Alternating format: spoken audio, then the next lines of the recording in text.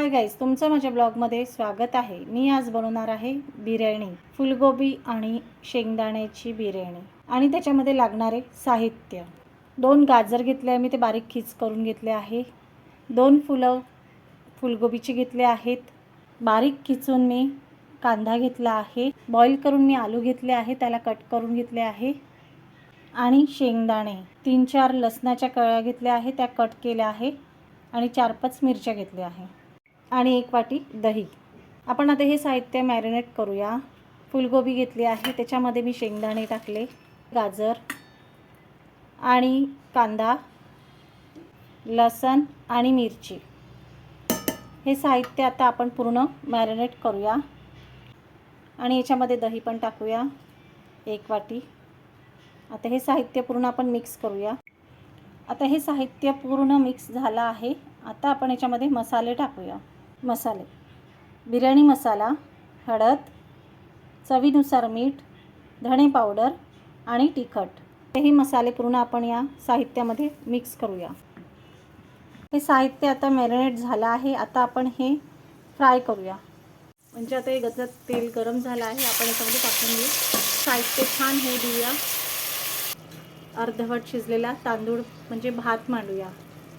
हा गज्ज गरम झाला, आपण याच्यामध्ये 1 गडवा पाणी टाकूया आणि मी हे 4-5 पाण्याने तांदूळ स्वच्छ धुवून घेतले आहे।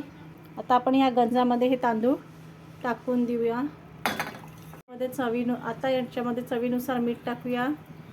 मी थोडेसे मिरे आणि लवंगा घेतले आहे, ते सुद्धा या भातामध्ये टाकून देऊ, तांदळामध्ये। आणि अगदी थोडंसं तेल टाकूया। आता हा अर्धा तांदूळ शिजवू देऊ। गाईस, आता हे साहित्य पूर्ण झालेलं आहे। हे बॉईल केलेले आलू मी लास्टमध्ये टाकत आहे, कारण की हे आधीच मी बॉईल केले होते म्हणून।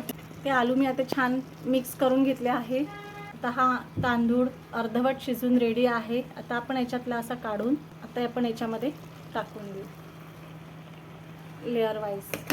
आता हा तांदूळ छान म्हणजे हा भात साहित्य छान होऊ देऊया। आता मी बिर्याणीला गार्निश करायसाठी 2 कांदे मी तव्यावर भाजून घेतले छान, आणि सांबार घेतला आहे बारीक कट करून, आणि फ्रूट कलर 1 ग्रीन आणि 1 रेड।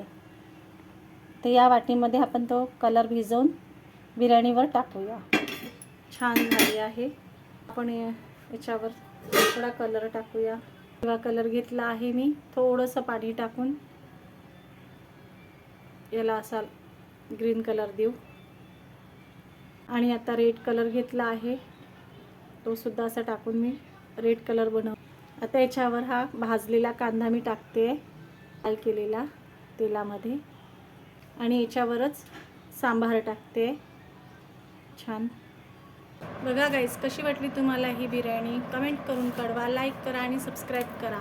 थँक्यू।